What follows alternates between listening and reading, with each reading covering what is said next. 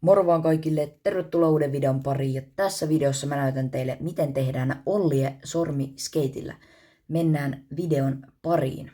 Ollie on tärkeä opetella sormiskeitillä, koska melkein kaikki sormiskeittitemput perustuvat siihen. Ja joo, nyt mä näytän teille miten tehdään ollie. Ekana olliessa on tärkeä sormien asento, eli tässä on nyt sun lauta. Ja sä laitat sun sormet tohon. Mä laitan yleensä tohon eturuuveille tohon sormi ja toinen sormi tohon teille. Älä laita sormia liian eteen tai taakse tai leveelle tai liian vierekkäin, koska sitten se ollie on paljon vaikeampi tehdä. Seuraavaksi on poppi, eli laittakaa sormet pitää laittaa jo suunnilleen tohon.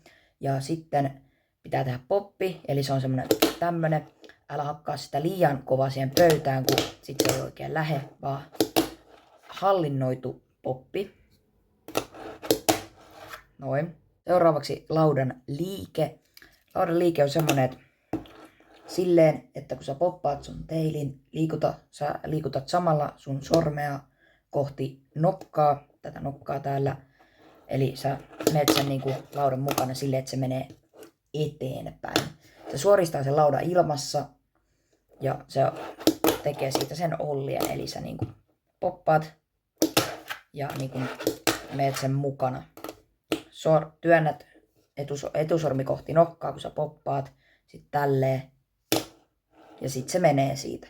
Semmonen aloittelijan virhe on semmonen, että kun sä poppaat niin teilin, niin sä et tee mitään sun etusormella, että sä vaan poppaat sen, niin sit siitä ei tuu oikein mitään. Niin pitää muistaa olliessa, että sä meet sen laudan mukana ja työnnät sitä lautaa eteenpäin sillä etusormella, että kun sä poppaat, niin se pääsee liikkuu siellä ilmassa eteenpäin. Sitten kun sä saat sen suurin piirtein onnistumaan, niin harjoittele sitä tasaisella pöydällä, koska sille on helpompi. Ja sit sä voit koittaa vaikka testaa, pääseekö sä jonkun esteen yli, vaikka joku kynä, joku muu, minkä yli sä pääsisit hyppää olliella. Tai vaikka kirjan päälle. Voit testaa sitä.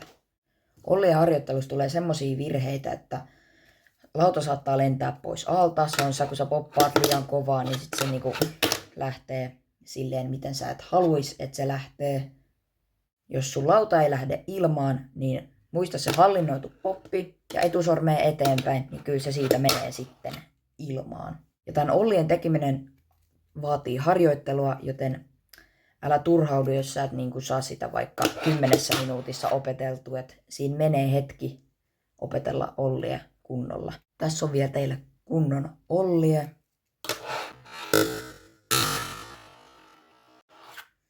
Elikkä muistakaa, mihin sormien asento, sormiteilille, toinen tuohon eturuuveille, sitten poppi, hallinnoitu poppi ja etusormi työntää lautaa eteenpäin, että se pääsee liikkuu eteenpäin samalla kun sä poppaat sen ilmaan. Muistakaa, älkää popatko liian kovaa, kun se saattaa lähteä minne sattuu. Ja muistakaa se etusormen liike, että se lauta pääsee sinne niin kuin eteenpäin siellä ilmassa. Toivottavasti tästä ollie-tutoriaalista oli apua. Jos tykkäsit, niin tykätkää videosta ja tilatkaa kanava. Kertokaa kommenteissa, jos te haluatte lisää tutoriaaleja ja mistä tempuista. Ja joo, nähdään ensi videon parissa. Se olisi moro.